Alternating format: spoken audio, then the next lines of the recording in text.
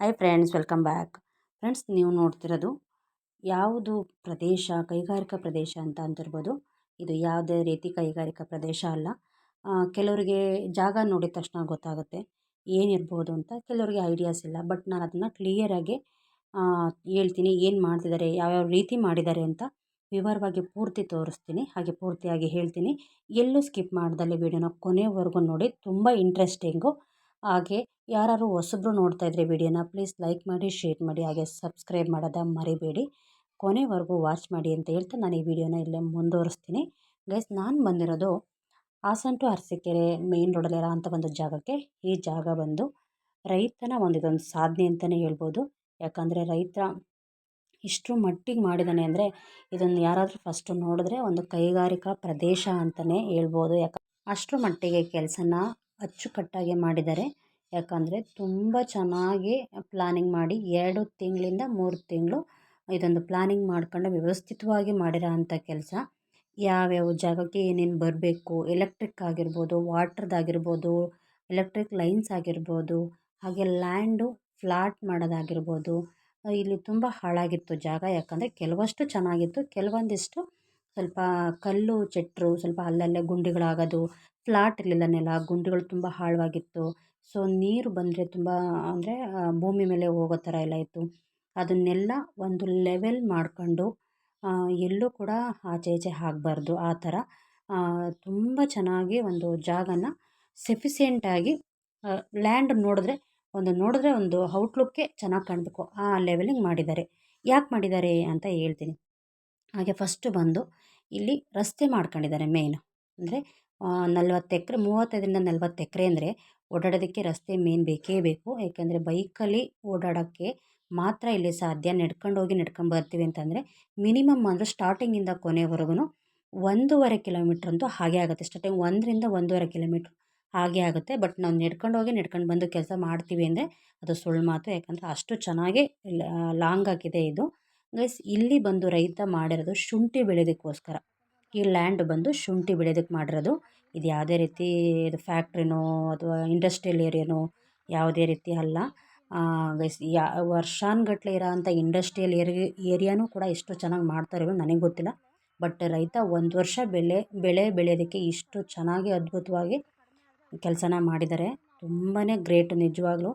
ಯಾಕಂದರೆ ಇವರು 1 ವರ್ಷ ಆದಮೇಲೆ ಅದೇನಾಗುತ್ತೋ ಗೊತ್ತಿಲ್ಲ. ಬಟ್ ಇದು 1 ವರ್ಷಕ್ಕೋಸ್ಕರ ಇಷ್ಟೊಂದು ಬಂಡವಾಳ ಇನ್ವೆಸ್ಟ್ ಮಾಡಿದ್ದಾರೆ, ಇಷ್ಟೊಂದು ಕೆಲಸ ಮಾಡ್ತಿದ್ದಾರೆ.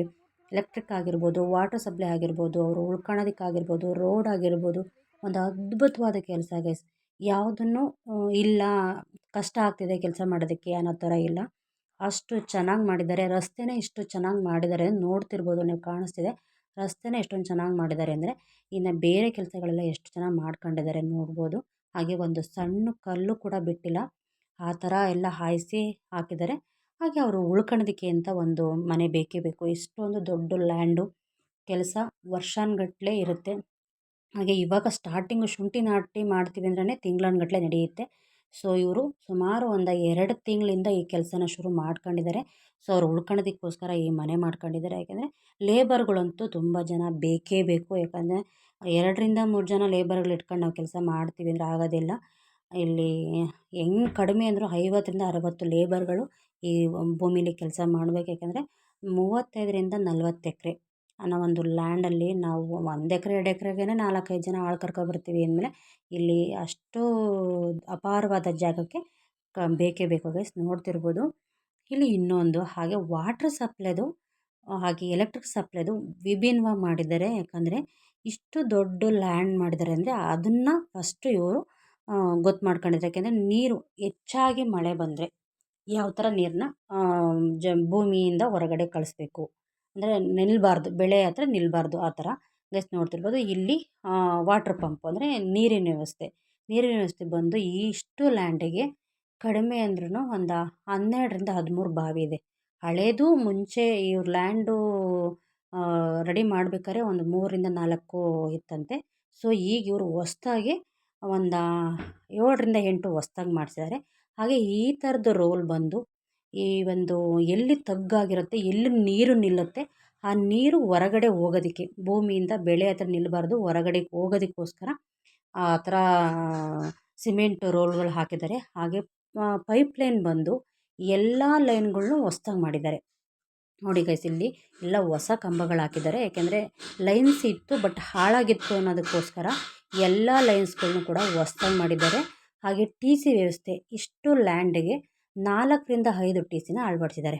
ಯಾಕಂದರೆ ಯಾವುದು ಕಡಿಮೆ ಆದ್ರೂ ನೀರು ಕಡಿಮೆ ಆಗಂಗಿಲ್ಲ ಭೂಮಿಗೆ. ಇಲ್ಲಿ ಮೇಯ್ನಾಗಿ ಬೇಕಾಗಿರೋದೇ ವಾಟರು. ಹಾಗೆ ಎಲ್ಲ ಒಂದು ಮೋಟ್ರು ಪಂಪಿಗೂ ಕೂಡ ಅಂದರೆ ಬಾವಿಗಳಿಗೆ ಹೊಸ ಪೈಪು, ಹೊಸ ಕೇಬಲ್ಸು ಪ್ರತಿಯೊಂದು ಹೊಸದಾಗಿ ಹಾಕಿದ್ದಾರೆ. ಯಾಕಂದರೆ ಹಳೇದಿತ್ತು, ನಾನು ಅದರಲ್ಲೇ ಕೆಲಸ ಮಾಡೋಣ, ಸೊ ಆ ಥರದ್ದೆಲ್ಲ ಏನೂ ಇಲ್ಲ. ಏಕೆಂದರೆ ಇಷ್ಟು ಖರ್ಚು ಮಾಡಿದ್ದಾರೆ. ಬಟ್ ಚಿಕ್ಕ ಪುಟ್ಟದಕ್ಕೆಲ್ಲ ಲೆಕ್ಕ ಹಾಕಿದ್ರೆ ಮತ್ತು ಇಷ್ಟೊಂದು ಬೆಳೆ ನಾವು ಮಾಡ್ತಿದ್ದೀವಿ. ಬಟ್ ಮೇಯ್ನಾಗಿ ನೀರು ಬೇಕೇ ಬೇಕು. ಒಂದು ದಿವಸ ನೀರು ಕಡಿಮೆ ಆದ್ರೂ ಇಂಥ ಒಂದು ಬಿಸಿಲಲ್ಲಿ ಬೆಳೆ ಹಾನಿಯಾಗುತ್ತೆ. ಸೊ ಹಾಗಾಗಿ ಅವರು ಫಸ್ಟು ಪ್ರಿಫರೆನ್ಸು KEB ಹಾಗೆ ವಾಟ್ರ್ ಸಪ್ಲೈಗೆ ಭಾರಿ ಇದು ಮಾಡಿದ್ದಾರೆ. ಯಾಕೆಂದರೆ ಇಷ್ಟು ಭೂಮಿಗೆ 13, 12 ಬಾವಿಗಳಿದೆ. ಹಾಗೆ ಎಗೇನ್ ಬಂದು ಹೊಸ್ದಾಗಿ ಲೈನ್ಸು, ಎಲ್ಲ ಹೊಸ್ದಾಗಿ ಲೈನ್ಸ್ ಮಾಡಿದ್ದಾರೆ. ಇವರೆಲ್ಲ ಕಂಬ ಹೂಣೋದಕ್ಕೋಸ್ಕರ, ಲೈನ್ಸ್ ಮಾಡೋದಕ್ಕೋಸ್ಕರ ಎಷ್ಟು ಈ ಕೆಲಸನೂ ಕೂಡ ನಡೀತದೆ. ನೋಡ್ತಾ ಇರ್ಬೋದು, ಇಲ್ಲಿ ಎಲ್ಲ ಹೊಸ್ದಾಗಿ ಲೈನ್ ಮಾಡ್ತಾ ಇದ್ದಾರೆ. ಏಕೆಂದರೆ ಎಲೆಕ್ಟ್ರಿಕ್ ಸರಿ ಇದ್ದರೆ ನೀರಿನ ವ್ಯವಸ್ಥೆ ಚೆನ್ನಾಗಿರುತ್ತೆ. ಸೊ ಹಾಗೆ ಇವರು ಅಲ್ಲಿ ರೋಡಲ್ಲಿ ಬೆಳಕು ಕೂಡ, ಇನ್ನೊಂದು ಬೆಳಕು ಕೂಡ ಆಗಬೇಕು. ಯಾಕೆಂದರೆ ನೈಟೆಲ್ಲ ಯಾರಾದರೂ ಒಬ್ಬರು ಇರಲೇಬೇಕು. ಇದನ್ನು ಇಷ್ಟು ಲ್ಯಾಂಡ್ ನೋಡ್ಕೊಂತಿದ್ರೆ ಒಂದು ಫ್ಯಾಮಿಲಿ ಅಥವಾ 2 ಫ್ಯಾಮಿಲಿ ಇರಲೇಬೇಕು ಇಲ್ಲಿ. ಸೊ ಹಾಗೆ ಭೂಮಿ ಕೆಲಸ ಅಂತ ಬಂದರೆ ನೋಡ್ತಾ ಇರ್ಬೋದು, ಇಲ್ಲೆಲ್ಲ ಆಲ್ಮೋಸ್ಟ್ ಅಲ್ಲೂ ಟ್ರಂಚ್ ಹೊಡಿಯೋದಾಗಿರ್ಬೋದು, ಹಾಗೆ ಟ್ರಂಚ್ ಟ್ರಂಚ್ ಹೊಡೆಯೋದಕ್ಕೆ ಮಾರ್ಕ್ ಮಾಡಿರ್ಬೋದು. ನೋಡಿ ಗೈಸ್, ನೋಡ್ತಿರ್ಬೋದು, ಈಗ ಸುಮಾರು ಟ್ಯಾಕ್ಟ್ರಿ, JCB, ಇಟ್ಯಾಚಿಗಳು ಕೆಲಸ ಮಾಡ್ತಾನೇ ಇದೆ ಇಲ್ಲಿ. ಈಗ ಲ್ಯಾಂಡ್ ಅಂತ ಬಂದರೆ ಒಂದು 50% ಟ್ರಂಚೆಲ್ಲ ಹೊಡೆದು ಎಲ್ಲ ಮಾಡಿದ್ದಾರೆ. ಇನ್ನು 50% ಲ್ಯಾಂಡನ್ನ ಮಾರ್ಕ್ ಮಾಡಿದ್ದಾರೆ. ಅಂದರೆ ಎಷ್ಟೆಷ್ಟಕ್ಕೆ ಮಾಡ್ಕೊಬೇಕು ಲೈನ್ಸ ಅಂತ ಗೈಸ್ ನೋಡ್ತಿರ್ಬೋದು. ಹಾಗೆ ಇಲ್ಲಿ ಬಂದು ಶುಂಠಿನ ಅಲ್ಲಲ್ಲೇ ಬೀಜ ಶುಂಠಿನ ತಂದು ಲಾಟ ಹಾಕಿದ್ದಾರೆ. ಯಾಕೆಂದರೆ ಎಲ್ಲ ವ್ಯವಸ್ಥೆನೂ ಅವಾಗವಾಗಲೇ ಇಮಿಡಿಯೇಟ್ಲಿ ಮಾಡ್ಕೊತಾನೆ ಇರಬೇಕು. ಯಾಕಂದರೆ ಒಂದು ದಿವಸ 2 ದಿವಸದಲ್ಲಿ ಆಗೋಂಥ ಕೆಲಸ ಅಲ್ಲ ಅದು. ಏಕೆಂದ್ರೆ ತಿಂಗಳಾನುಗಟ್ಲೆ ಹಿಡಿಯುತ್ತೆ. ಸೊ ಹಾಗಾಗಿ ಇವರು ಮಾಡೋ ಅಂಥ ಕೆಲಸಗಳ ಎಲ್ಲ ಕೆಲಸನೂ ಪ್ರೋಸೆಸ್ ಮಾಡ್ಕೊಂಡೇ ಇದ್ದಾರೆ. ಒಂದು ಕಡೆ ಶುಂಠಿ ಹಾಕೊಂಡಿದ್ದಾರೆ, ಒಂದು ಕಡೆ ಶುಂಠಿ ಬೆನ್ನು ಮುಚ್ಚೋದಕ್ಕೆ ತರ್ಗ ಅಂತ ರೆಡಿ ಮಾಡ್ಕೊಂಡಿದ್ದಾರೆ, ಒಂದು ಕಡೆ KEB ಕೆಲಸ ನಡೀತಿದೆ, ಒಂದು ಕಡೆ ವಾಟ್ರನ್ನ ಲ್ಯಾಂಡಿಂದ ಯಾವ ಕಡೆ ಯಾವ ಥರ ತೆಗಿಬೇಕು ಅಂತ ಅದು ನಡೀತಿದೆ, ಒಂದು ಕಡೆ ಇದು ಟ್ರಂಚ್ ಹೊಡೆಯೋ ಕೆಲಸ ನಡೀತಿದೆ, ಒಂದು ಕಡೆ ಲ್ಯಾಂಡನ್ನ ಕ್ಲೀನ್ ಮಾಡೋಕ್ಕೆ ಕೆಲಸ ನಡೀತಿದೆ. ಭಾಳಷ್ಟು ಕೆಲಸಗಾರರು ಇಲ್ಲಿ ಕೆಲಸ ಮಾಡ್ತಾನೆ ಇದ್ದಾರೆ. ನನಗೆ ಇಲ್ಲಿ ಸ್ಥಳೀಯರೊಬ್ಬರು ಸಿಕ್ಕಿದ್ರು. ಅವ್ರು ಹೇಳಿದ್ರು 2 ತಿಂಗಳಿಂದ ಕೆಲಸ ಮಾಡ್ತಿರೋದು, ಇನ್ನೂ ಸುಮಾರು 2 ತಿಂಗಳು ಹಾಗೇ ಆಗುತ್ತೆ ಬೀಜ ಶುಂಠಿ ನಾಟಿ ಮಾಡೋದಕ್ಕೆ. ಶುಂಠಿನ ನಾಟಿ ಮಾಡಲಿಕ್ಕೆ 2 ತಿಂಗಳು ಸಮಯ ಬೇಕು. ನಾನು ಅಷ್ಟು ಕೆಲಸ ಹಿಡ್ದಿದೆ. ಸುಮಾರು ದಿನಗಳಿಂದ ಕೆಲಸ ಮಾಡಿರೋದು. ಯಾಕೆಂದರೆ ಅಷ್ಟು ಕೆಲಸ ಹಿಡಿದಿದೆ. ಸೊ ಹಾಗಾಗಿ ಇನ್ನೂ 2 ತಿಂಗಳು ಬೇಕು ಅಂತ ಹೇಳಿದ್ರು. ಹಾಗೆ ಇನ್ನೂ ಕೂಡ ಒಂದು 2ರಿಂದ 3 ಬಾವಿ ಹೊಸ್ದಾಗಿ ಕೊರೆಸೋ ಅಂಥ ಯೋಜನೆ ಕೂಡ ಇದೆ. ಏಕೆಂದರೆ ನೀರು ಎಲ್ಲಿ ಶಾರ್ಟೇಜ್ ಆಗುತ್ತೆ ಅಂತ.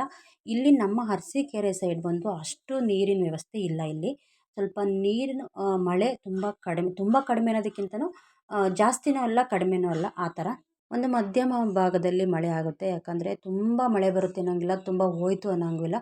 ಸೊ ಅದಕ್ಕಾಗಿ ಇವರು ಬ್ಯಾಲೆನ್ಸ್ ಮಾಡ್ಕೊಬೇಕು. ಏಕೆಂದರೆ ಮೇಯ್ನಾಗಿ ನೀರು ಬೇಕಾಗಿರೋದ್ರಿಂದ. ಸೊ ಅದಕ್ಕೆ ತುಂಬ ಪ್ರಿಫರೆನ್ಸ್ ಕೊಟ್ಟಿದ್ದಾರೆ. ಹಾಗೆ ನೋಡ್ತಿರ್ಬೋದು ಗೈಸ್, ಇಲ್ಲಿ ಇಟ್ಯಾಚಿಗಳು ಕೆಲಸ ಮಾಡ್ತಾನೆ ಇದೆ.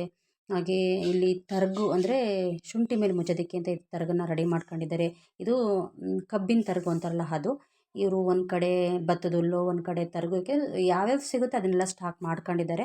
ಯಾಕಂದರೆ ಒಂದೇ ಥರದ್ದು ಕೆಲವೊಂದು ಟೈಮ್ ಸಿಗೋಲ್ಲ. ಸೊ ಸಿಕ್ಕಿರೋದನ್ನ ಆದಷ್ಟು ಸ್ಟಾಕ್ ಮಾಡ್ಕೊಬೇಕು ಅಂತ ಸ್ಟಾಕ್ ಮಾಡ್ಕೊಂಡಿದ್ದಾರೆ. ಯಾಕೆಂದರೆ ಇದು ಕೂಡ ತುಂಬಾ ಒಳ್ಳೆಯದು ಶುಂಠಿ ಮೇಲೆ, ಅಂದರೆ ನಾಟಿ ಆದಮೇಲೆ ಮುಚ್ಚೋದಕ್ಕೋಸ್ಕರ ಇದು. ಗೈಸ್, ಇನ್ನೊಂದು ಕಡೆ ಇಟ್ಯಾಚಿ ಇಲ್ಲಿ ಕೆಲಸ ಮಾಡ್ತಾನೆ ನೋಡ್ತಿರ್ಬೋದು. ಇಲ್ಲಿ ತುಂಬ ಅಂದರೆ ತಗ್ಗು ದಿಣ್ಣೆ ಆಗಿರೋ ಕಡೆ ಫ್ಲಾಟ್ ಮಾಡಿಕೊಂಡು ಹಾಗೆ ಟ್ರಂಚ್ ಹೊಡ್ಕೊಂಡು ಬರ್ತಾನೆ ಇದೆ. ಸುಮಾರು ದಿನಗಳಿಂದ ಸುಮಾರು ಇಟ್ಯಾಚಿಗಳು ಕೆಲಸ ಮಾಡ್ತಾನೆ ಇದೆ. 2ರಿಂದ 3 ಇಟ್ಯಾಚಿ ಕೆಲಸ ಮಾಡ್ತಿದೆ. ಒಂದು ಇಟ್ಯಾಚಿಲಿ ಮಾಡೋಕ್ಕೋದ್ರೆ ಫುಲ್ ವರ್ಷಾನುಗಟ್ಲೆ ಇದೇ ಕೆಲಸ ಆಗೋಗುತ್ತೆ. ಸೊ ಗೈಸ್ ನೋಡ್ತಿರ್ಬೋದು, ಒಂದು ಅದ್ಭುತವಾದ ಕೆಲಸ ಇದು. ಏಕೆಂದರೆ ಒಂದು ರೈತನ ಸಾಧನೆ ಅಂತಲೇ ಹೇಳ್ಬೋದು. ಎಷ್ಟೋ ಜನ ಫ್ಯಾಕ್ಟ್ರಿ ಏನಾದರೂ ಒಂದು ಎಲ್ಲ ಕೈಗಾರಿಕಾ ಕೆಲಸ ಮಾಡ್ತೀವಿ ಅಂತಂದರೆ ಬಹಳಷ್ಟು ಯೋಚನೆ ಮಾಡಿ ಮಾಡ್ತಾರೆ. ಯಾಕೆಂದರೆ ಅದರಲ್ಲಿ ಅಟ್ಲೀಸ್ಟ್ ಹೂಡಿರೋ ಬಂಡವಾಳನಾದ್ರೂ ಕೈ ಸಿಗುತ್ತೆ. ಈ ರೈತರ ಕೆಲಸದಲ್ಲಿ ಶ್ರಮ ನಮ್ಮದಾಗಿರುತ್ತೆ, ಫಲ ನಮ್ಮದಾಗಿರಲ್ಲ. ಯಾಕೆಂದರೆ ಪ್ರತಿಫಲ ಕೈಗೆ ರೇಟು ಸಿಗುತ್ತೆ ಇಲ್ವೋ ನಮಗೆ ಗ್ಯಾರಂಟಿ ಇರಲ್ಲ. ಎಷ್ಟೇ ಕಷ್ಟಪಟ್ರೂ ನಮಗೆ ಕೈಗೆ ರೇಟು ಇಷ್ಟೇ ಸಿಗುತ್ತೆ ಅನ್ನೋ ಗ್ಯಾರಂಟಿ ಯಾವತ್ತೂ ನಾವು ನಿರೀಕ್ಷೆ ಇಟ್ಕೊಳ್ಳೋಂಗಿಲ್ಲ.